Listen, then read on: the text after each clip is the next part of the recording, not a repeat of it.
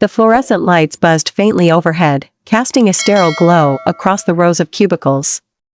It was another late night at the office, and I sat hunched over my keyboard, fingers tapping out lines of code that blurred together in my exhaustion. The hum of computers and distant chatter from coworkers had long since faded into white noise, leaving me alone with my thoughts, and the gnawing pressure to meet yet another impossible deadline. I glanced at the clock on my monitor, 9:47 p.m. Most people would have gone home hours ago, but not me. Not when she was still here. She was my boss, Claire Bennett, the woman who could command a room with nothing more than her presence. She wasn't just any boss, she was the kind you couldn't help but admire, even if her expectations were sky-high.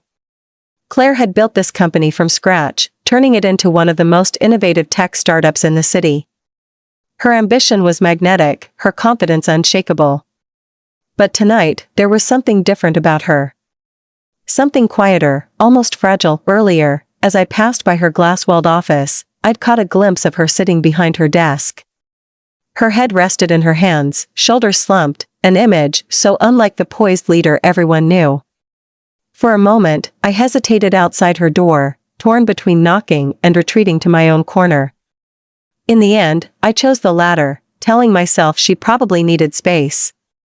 But now, hours later, curiosity tugged at me like an invisible thread. My stomach twisted as I thought about how much I wanted to check on her, not because it was expected of me, but because I cared. More than I should, maybe. That realization made me shift uncomfortably in my chair. My feelings for Claire weren't new, though I'd done everything I could to bury them deep beneath professionalism and self-control. After all, she was my boss. Crossing that line? Impossible. Or so I told myself every time her laugh echoed down the hallway or her gaze lingered on mine, just a second too long. As I stared blankly at my screen, the sound of footsteps broke through my thoughts. They were soft, but deliberate, clicking against the tiled floor. My pulse quickened instinctively. Without looking up, I knew exactly who it was. Only Claire walked like that, with purpose, but also grace, as if each step carried the weight of responsibility balanced perfectly with poise. Still here? Her voice came softly, tinged with surprise, and something else I couldn't quite place. Maybe relief. I turned my chair slowly, meeting her eyes for the first time that evening. Even in the dim light, they were striking, a deep shade of green flecked with gold, framed by lashes far too perfect to be natural. Tonight, though, they looked tired. Haunted, almost.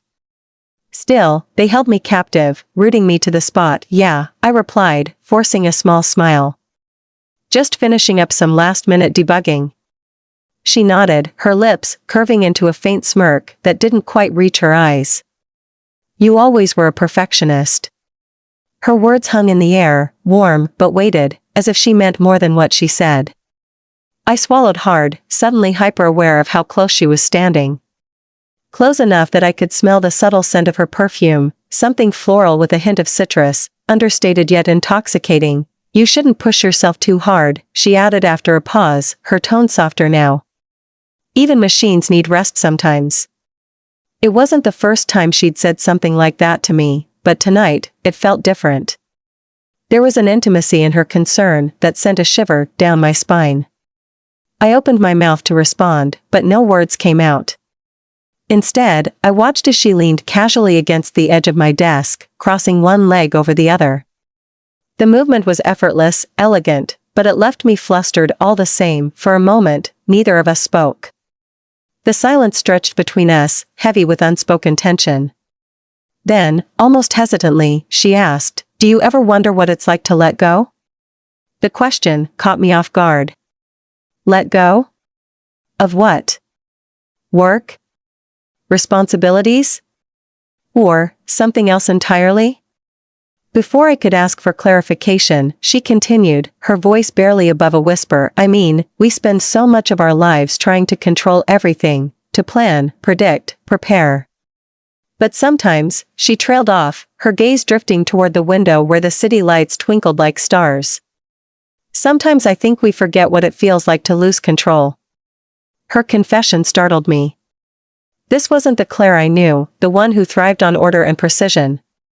This version of her was raw, vulnerable, and terrifyingly beautiful. I guess I haven't thought about it much, I admitted finally, my voice trembling slightly. Letting go sounds risky.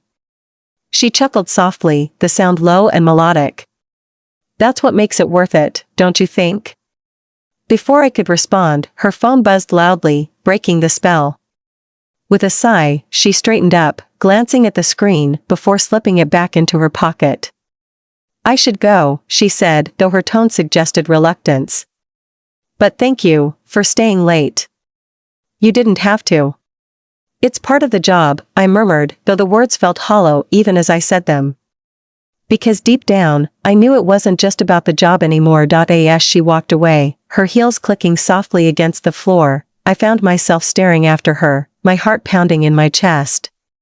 Whatever had shifted between us tonight, it wasn't going to fade easily.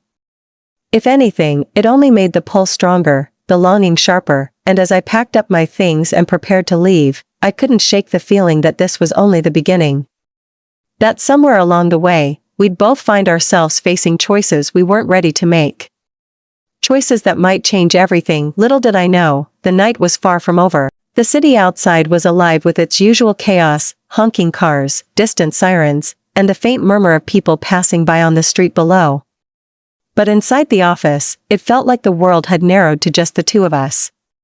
Claire lingered for a moment longer than necessary after her earlier comment about losing control, her presence filling the room in ways I couldn't ignore. Then, without another word, she turned and walked toward the elevator, leaving me alone with my racing thoughts. I should have left then. Packed up my laptop, grabbed my coat, and gone home to the quiet solitude of my apartment. But something kept me rooted to my chair, a restless energy that refused to let me walk away. Maybe it was the way she'd looked at me before she left, as if there were words unspoken hanging between us. Or maybe it was the gnawing curiosity about what she'd meant when she talked about letting go. Whatever it was, it tugged at me until I finally stood, slinging my bag over my shoulder and heading toward the stairs instead of the exit. The rooftop access door creaked slightly as I pushed it open, the cool night air rushing to greet me. The building's roof wasn't exactly a secret spot, but it wasn't commonly used either. It was one of those forgotten spaces where you could escape the noise of the city, and the noise in your head, if only for a little while. And there she was, standing near the edge, her silhouette framed against the glittering skyline. Claire didn't turn around right away, but I knew she heard me approach. Her posture shifted subtly, shoulders relaxing as if she'd been expecting me, or hoping I'd come. I hesitated for a moment, unsure whether I should speak or simply retreat back downstairs. But then she glanced over her shoulder, her lips curving into a faint smile that made my stomach flip. You followed me, she said softly, her voice carrying easily in the stillness of the night. I faltered, suddenly feeling ridiculous for coming up here. I just thought you might need some company. Her smile widened slightly, though it carried a hint of sadness. Or maybe you needed an excuse to get out of that stuffy office? She wasn't wrong. Still, I shrugged, trying to play it casual as I stepped closer. Maybe both. We stood side by side in silence for a while, the city sprawled out before us like a living painting. The lights twinkled endlessly, each one representing someone else's story, someone else's life. But tonight, none of that mattered. All that existed was this rooftop, this moment, and her. Do you ever feel like we're all just pretending? She asked, suddenly, breaking the quiet. Her tone was contemplative, almost wistful. Like we put on these masks every day and convince ourselves they're real? I blinked, caught off guard by the depth of her question. Sometimes, I admitted. Especially at work. Everyone wants to seem so put together, so confident. But underneath, I don't know. Sometimes I wonder if anyone really feels okay. Claire nodded slowly, her gaze fixed on the horizon. Exactly. That's why I came up here tonight. To breathe. To remember what it feels like to be human for a change. Her words resonated with me more than I cared to admit. There was a raw honesty in them that stripped away the layers of professionalism we usually hid behind. For once, she wasn't my boss, the woman who demanded perfection and expected nothing less than excellence. She was just Claire. A person, flawed and searching, just like me. Without thinking, I blurted out, "You don't have to pretend with me, you know." She turned to look at me then, her eyes searching mine as if trying to gauge whether I truly meant it. "What do you mean?" I hesitated, suddenly aware of how vulnerable I was making myself. "You don't have to act like everything's fine all the time. Not with me. I see you, Claire. Even when you think no one does." For a moment, she didn't say anything. The weight of my confession hung between us, heavy and fragile. Then, unexpectedly, she laughed, a soft, self-deprecating sound that made my heart ache. "You shouldn't say things like that," she murmured, shaking her head. "It makes it harder to keep pretending." "Why do you want to pretend?" I asked, my voice barely above a whisper. "With me, of all people?" Her expression shifted, something unreadable flickering across her face. "Because you deserve better than someone like me," she said finally, her tone laced with a mixture of regret and resolve. "Someone who doesn't have their life figured out. Someone who can't even figure out themselves." Her admission stunned me. This wasn't the Claire I thought I knew, the one who seemed to have everything under control. This version of her was achingly real, and it made my chest tighten with a mix of empathy and longing. Before I could respond, she took a step closer, closing the distance between us. My breath hitched as she reached out, her fingers brushing lightly against my arm. It was such a small gesture, but it sent a jolt through me, electrifying every nerve ending. "You make it hard to keep my walls up," she confessed, her voice trembling slightly. "And I hate that. Because I know I shouldn't feel this way about you. About anyone." My pulse thundered in my ears, drowning out the distant hum of the city. "Feel what way?" I whispered, though I already knew the answer. Instead of replying, she leaned in, her lips hovering dangerously close to mine. Time seemed to slow, the world narrowing to just the two of us. Every rational thought screamed at me to pull back, to remind myself of the boundaries we were crossing. But I couldn't move. I didn't want to then. Just as suddenly as she'd moved closer, she pulled away, stepping back with a sharp intake of breath. Her cheeks were flushed, her eyes wide with a mixture of panic and desire. "This shouldn't have happened," she muttered, running a hand through her hair. "I'm sorry." "I shouldn't have." "No," I interrupted, my voice firmer than I expected. "Don't apologize. Please." She stared at me, conflicted emotions swirling in her gaze. "You don't understand. It's impossible. You work for me. I'm your boss. If anyone found out, they won't," I said quickly, taking a step toward her. "No one has to know. This doesn't have to mean anything if you don't want it to." "That's not the point," she snapped, though her tone lacked conviction. "The point is, I shouldn't feel this way about you. And you shouldn't feel this way about me." Her words hit me like a punch to the gut, but they also ignited something inside me, a stubborn determination to prove her wrong. "Who says I do?" I challenged, my voice steady, despite the storm raging within me. "Maybe I just care about you." "Is that so wrong?" Her jaw tightened, and for a moment, I thought she might argue further. But then her shoulders sagged, the fight draining out of her. "No," she admitted quietly. "It's not wrong. It's just complicated." "Complicated doesn't mean impossible," I countered, taking another step closer. "And it doesn't mean we have to ignore how we feel." She opened her mouth to reply, but before she could speak, the sound of footsteps echoed from the stairwell behind us. We both froze, the spell broken as reality crashed back in.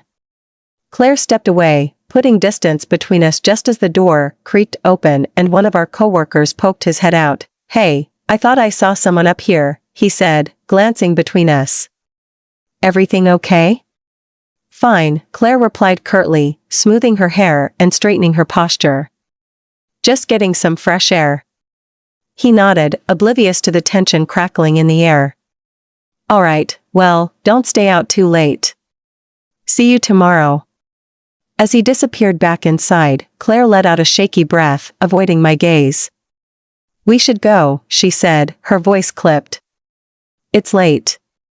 I wanted to protest, to insist that we finish this conversation, but I could see the walls going back up around her. So instead, I nodded silently and followed her to the door, the weight of what had just happened settling heavily between us. That night, as I lay awake in bed replaying every moment on the rooftop, I realized something. Whatever line I'd been afraid to cross with Claire, we'd already crossed it. And there was no turning back now. The days that followed our rooftop encounter were a blur of stolen glances and unspoken words. Claire acted as though nothing had happened, slipping back into her role as my boss, with practiced ease. She gave directives in meetings, offered critiques on projects, and maintained the same professional distance she always had. But there was something different now, a subtle shift in the air whenever we were in the same room. It wasn't just me imagining it, I could see it in the way her gaze lingered a fraction too long when she thought no one was looking, or how her voice softened ever so slightly when addressing me directly. I tried to focus on work, to bury myself in spreadsheets and coding tasks like I always did. But my mind kept drifting back to that night, the warmth of her touch, the intensity in her eyes, the way she'd pulled away, but not before letting me glimpse something raw and real beneath her polished exterior. Each memory felt like a thread pulling at the edges of my self-control, unraveling the carefully constructed walls I'd built around my feelings for her. It wasn't until Friday afternoon, during an impromptu team outing to celebrate hitting a major project milestone, that things began to change again. The office had rented out a cozy wine bar downtown, its dim lighting and soft jazz music creating an atmosphere far removed from the sterile confines of our workspace. Everyone was relaxed, laughing over shared plates of charcuterie and glasses of red wine. Even Claire seemed more at ease than usual, her guard lowered by the casual setting. I found myself sitting across from her at one of the high-top tables, trying, and failing, to concentrate on the conversation happening around us. Every time she laughed at someone's joke or tilted her head thoughtfully while listening, my attention zeroed in on her. The scent of her perfume drifted toward me intermittently, mingling with the aroma of aged oak barrels and crushed grapes, and each inhalation felt like a secret tether drawing me closer to her. At some point, the group decided to play a round of trivia, splitting into teams and competing for bragging rights. Claire ended up on my team, much to my surprise and delight. As we huddled together over the tablet displaying the questions, our shoulders brushed lightly, sending tiny jolts through me every time. Her hair fell forward as she leaned in to read the screen, strands catching the golden glow of the pendant lights above us. I caught myself staring more than once, only snapping out of it when she glanced up and raised an eyebrow. "You're awfully quiet tonight," she murmured, her lips curving into a teasing smile. "Too intimidated by my trivia skills?" "Hardly," I shot back, forcing a grin despite the flutter in my chest. "I'm just strategizing." "Well, strategize faster," she teased, nudging me gently with her elbow. "We're losing." Her touch lingered longer than necessary, and I swallowed hard, fighting the urge to lean into it. Instead, I focused on the next question, determined to distract myself. But even as we debated answers and celebrated small victories, the tension between us remained palpable, crackling like static electricity in the air. When the game finally wound down and most of the team dispersed to grab another round of drinks or step outside for fresh air, Claire and I stayed behind at the table. The background chatter faded into white noise as we sat facing each other, the space between us charged with unspoken possibilities. "I didn't know you were such a trivia whiz," I said lightly, swirling the last dregs of wine in my glass. "Any other hidden talents I should be aware of?" She smirked, leaning back in her chair with an air of playful confidence. "Wouldn't you like to know?" Her tone sent a shiver down my spine, equal parts flirtation and challenge. For a moment, neither of us spoke, the silence stretching taut like a bowstring. Then, almost hesitantly, she reached across the table, her fingers brushing against mine where they rested near my glass. The contact was fleeting, barely there, but it ignited a fire low in my belly all the same. "You've been avoiding me," she said softly, her voice tinged with something that sounded like hurt. "I haven't," I protested, though the denial felt hollow even to my own ears. "I've just been busy." "Busy pretending nothing happened," she countered, her gaze piercing through my defenses. "Because I've been doing the same thing, and it's exhausting." Her honesty caught me off guard, leaving me momentarily speechless. Here was the vulnerability I'd glimpsed on the rooftop, laid bare without pretense or hesitation. It made my heart ache, not just for her, but for us. I don't know what to do, I admitted finally, my voice trembling slightly. About any of this. About you. Her expression softened, her thumb tracing idle circles on the edge of her glass. Neither do I. But maybe we don't have to figure it all out right now. What are you saying? I asked, my pulse quickening. I'm saying, she paused, choosing her words carefully. That maybe we can take this one step at a time. See where it goes. Without worrying about what anyone else thinks, or what should happen. Her suggestion hung in the air, heavy with implication. Part of me wanted to leap at the opportunity, to throw caution to the wind and let whatever was growing between us bloom fully. But another part, the rational, cautious part, whispered warnings of consequences and complications. This wasn't just a crush or a harmless flirtation. This was dangerous territory, fraught with potential fallout that could affect both our lives in ways I wasn't ready to face. Still, as I looked into her eyes, seeing the same mix of longing and uncertainty reflected back at me, I realized I couldn't walk away. Not yet. Maybe not ever, so what happens now? I asked quietly, my hand instinctively reaching for hers under the table. Our fingers intertwined, tentative but electric, and I felt a surge of warmth spread through me. Now, she said, her voice steady despite the storm brewing in her gaze, we figure it out together. For the first time in days, maybe weeks, I allowed myself to breathe deeply, letting the weight of her words settle over me like a comforting blanket. Whatever lay ahead, whatever challenges or obstacles we might face, it felt worth it. Because in that moment, with her hand in mine and the world fading into the background, I knew one thing for certain, I didn't want to let go. The weekend passed in a haze of restless anticipation. Every text notification made my heart leap, only to sink when I realized it wasn't from her. Claire had retreated back into her usual routine after our conversation at the wine bar, polite but distant, as though the fragile thread connecting us might snap if she pulled too hard. Still, I couldn't shake the memory of her words, we figure it out together. Those 5 simple words replayed in my mind like a mantra, anchoring me even as doubt crept in. By Monday morning, the office felt suffocating.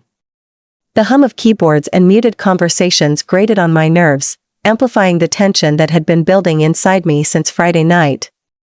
I tried to focus on work, but my thoughts kept drifting to Claire. Was she regretting what she'd said?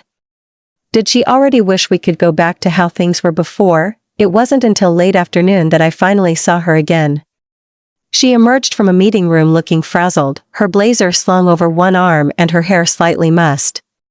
For a moment, our eyes met across the open floor plan, and something unspoken passed between us, a question, a plea, an invitation. Then, without a word, she turned and headed toward the stairwell.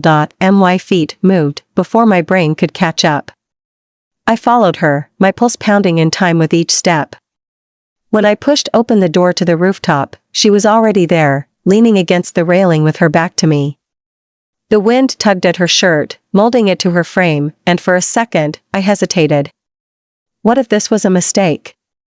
What if crossing this line changed everything irreparably? But then she turned, and all my doubts dissolved.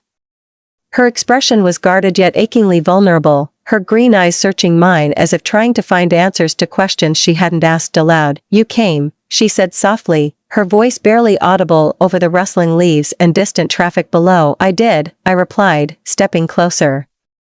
I couldn't stay away. Her lips parted as if she wanted to say something, but instead, she looked down at her hands, twisting them nervously. I've spent 2 days trying to convince myself this is a bad idea, she admitted, her tone tinged with frustration. That it's reckless, selfish, impossible. But no matter how many reasons I come up with, none of them feel strong enough to make me stop thinking about you. Her confession hit me like a tidal wave, knocking the breath from my lungs. My throat tightened, and I struggled to form a coherent response. Claire, I started, my voice trembling. You're not alone in this. I've been fighting it too. Fighting us. But I can't anymore. She closed the distance between us in 2 quick strides, stopping just inches away. Her scent enveloped me, citrus and florals, sharp and sweet, and I had to resist the urge to reach for her. Instead, I stood frozen, my heart hammering so loudly I was sure she could hear it. "What are we doing?" she whispered, her gaze flickering between my eyes and my lips. "This isn't supposed to happen. You're my employee. I'm your boss." We should, I interrupted, surprising even myself with the conviction in my voice. "Because none of those labels matter right now. All that matters is how I feel when I'm with you.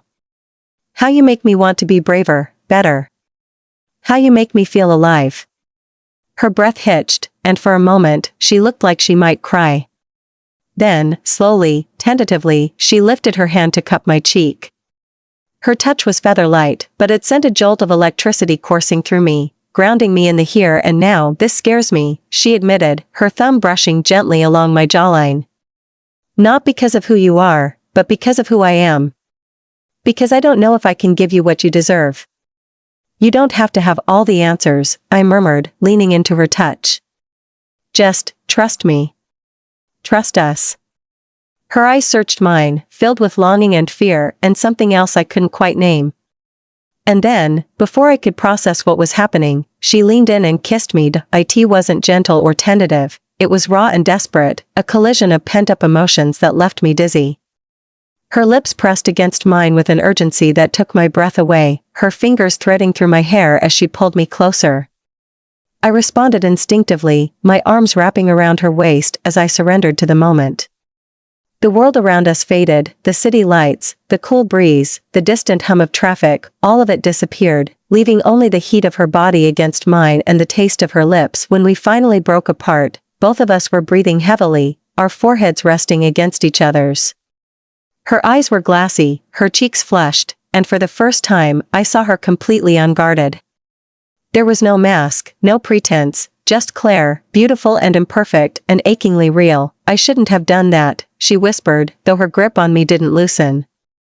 But I couldn't stop myself. "Good," I said, my voice hoarse with emotion. "Because I didn't want you to." For a moment, we simply held each other, the weight of what had just happened settling between us like a storm cloud. Then, reluctantly, she stepped back, running a shaky hand through her hair. "This changes everything," she said, her tone heavy with resignation. "If anyone finds out, they won't," I assured her quickly, though the uncertainty in her eyes mirrored my own fears. "We'll figure it out. Together." She nodded, but the worry lingered in her expression. "Promise me something," she said after a pause. "Promise me we'll be careful. Not just for us, but for everyone else." "If this gets out, it won't," I interrupted firmly, stepping closer again. "I promise." Her shoulders relaxed slightly, though the tension in her posture remained. "Okay," she said softly, reaching out to take my hand. "Then let's take this one day at a time."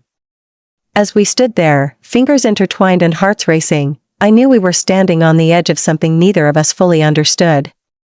This wasn't just a kiss, it was a declaration, a leap of faith, a promise to navigate the unknown together. But even as hope swelled within me, the reality of our situation loomed large. Whatever path lay ahead, it wouldn't be easy. And as much as I wanted to believe we could handle it, I couldn't ignore the nagging voice in the back of my mind warning me that love like this always came with a price. The days that followed our rooftop kiss were a strange blend of exhilaration and dread. On one hand, I felt lighter, as though a weight I hadn't realized I'd been carrying had finally lifted.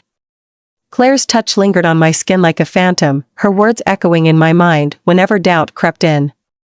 But on the other hand, the reality of what we'd done, and what it meant, began to settle over me like a shadow. Every glance, every whispered conversation, every accidental brush of hands, carried the risk of exposure. And with each passing hour, the stakes grew higher. At first, we tried to act normal, or at least as normal as two people who had just crossed an irreversible line could manage. In meetings, Claire maintained her usual composed demeanor, giving directives and offering critiques as if nothing had changed. But when no one was looking, her eyes would find mine, lingering just long enough to send a shiver down my spine before she turned away. It was maddening, intoxicating, and terrifying all at once. Outside the office, things were even more complicated. We hadn't discussed boundaries or rules beyond vague promises to be careful, but the lack of clarity left me constantly second-guessing myself. Was it okay to text her? To ask how her day was going? Or would doing so only draw attention to the fact that something had shifted between us? The uncertainty gnawed at me, leaving me restless and irritable. It wasn't until Thursday evening, during yet another late night at the office, that the tension finally boiled over. I was sitting at my desk, staring blankly at a report I'd read 3 times without absorbing a single word, when Claire appeared in the doorway of my cubicle. Her presence startled me, not because it was unexpected, she often stopped by to check on projects, but because of the look on her face. She looked conflicted. Haunted, almost. "We need to talk," she said quietly, stepping inside and closing the glass door behind her. Her voice was steady, but there was an undercurrent of unease that set my nerves on edge. "Okay," I replied, setting the report aside and turning to face her. "What's wrong?" She hesitated, glancing toward the empty hallway outside before lowering her voice. "Someone saw us." My stomach dropped. "What do you mean, someone saw us?" "On the rooftop," she clarified, her jaw tightening. "One of the interns, they mentioned seeing us together Friday night. They didn't say anything directly, but they made a comment about how cozy we looked. Casual, like they weren't sure what they'd seen but wanted to test the waters." "Oh God," I whispered, pressing a hand to my forehead. My mind raced, imagining worst-case scenarios. Would they tell someone? Had they already told HR? What would happen if anyone found out? "It's fine," Claire said quickly, though her tone lacked conviction. "I handled it. Told them they must have misunderstood, that we were just discussing work." "But," she trailed off, her gaze dropping to the floor. "This isn't sustainable, is it? Keeping this hidden. Pretending nothing's happening while everything is." Her words hit me like a punch to the gut. Because as much as I hated to admit it, she was right. This double life we were living, professional colleagues by day, secret lovers by night, was exhausting. Every stolen moment came with the constant fear of discovery, every shared glance carried the risk of misinterpretation. And while part of me wanted to believe we could keep it up indefinitely, the truth was that the cracks were already starting to show. "So what do we do?" I asked, my voice barely above a whisper. "Do we stop? Pretend it never happened?" "No," she said firmly, shaking her head. "I can't do that. I won't. Not after everything." Her voice softened, tinged with desperation. "But we can't keep going like this either. Sneaking around, lying to everyone, including ourselves. It's tearing me apart." Her admission broke something open inside me. Until now, I'd been clinging to the hope that we could somehow navigate this without consequences, that love would be enough to shield us from the fallout. But hearing her say those words, "It's tearing me apart," made it impossible to ignore the toll this was taking on both of us. "I don't want to lose you," I confessed, tears pricking at the corners of my eyes. "But I also don't know how to fix this. How do we make this work without losing everything else?" For a moment, neither of us spoke. The silence stretched taut, heavy with unspoken fears and unanswered questions. Then, slowly, Claire reached out and took my hand, her grip firm, despite the tremor in her fingers. "We'll figure it out," she said, her voice low but resolute. "Together. But we need to decide what we're willing to risk, for us. For each other." Her words sent a surge of determination through me, cutting through the haze of fear and doubt. She was right. If we wanted this, if we wanted us, we couldn't keep tiptoeing around the edges of our lives, afraid to take a stand. We needed to choose, either commit fully to whatever this was, consequences be damned, or walk away before it destroyed us both. But as much as I wanted to believe we could have it all, to keep our careers, our reputations, and our relationship intact, I knew deep down that such a perfect solution didn't exist. Love like this always came with sacrifices, And sooner or later, we'd have to decide which ones we were willing to make. As we sat there, hands clasped tightly together, I felt the enormity of the decision looming over us. Neither of us was ready to face it, not yet. So instead, we stayed silent, drawing strength from each other's presence as the city lights flickered outside the window, oblivious to the storm brewing within us.